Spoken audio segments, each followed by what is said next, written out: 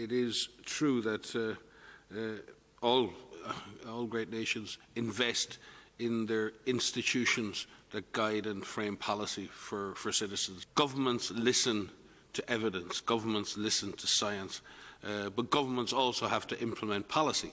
And there is a gap between sometimes the pure science and the actual policies that work. No one expects governments to be perfect. Certainly no one expects politicians to be perfect.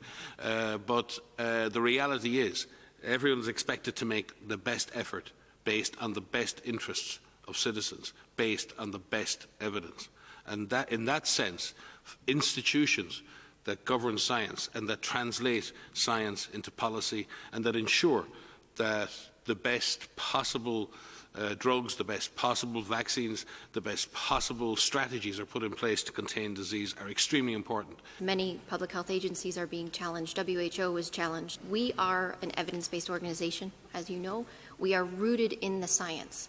Our role is to consolidate, to review, to reach out, to gather information from our international networks, which existed before COVID-19, but are now focused on COVID-19. What we do is we reach out to experts that are all over the world that have frontline experience dealing with this pathogen, so that that knowledge can be shared, faster than any peer-reviewed publication that can come out, any report that can be generated. We try to be very clear in our guidance, which is focused on reaching decision makers and reaching ministries of health and people that are taking the decisions to implement. We try very hard to make that clear and concise and readable and actionable. And as science evolves, as science grows, this is a positive thing. We will continue to get that message out. And we know that you will hold us accountable to making sure that it's clear.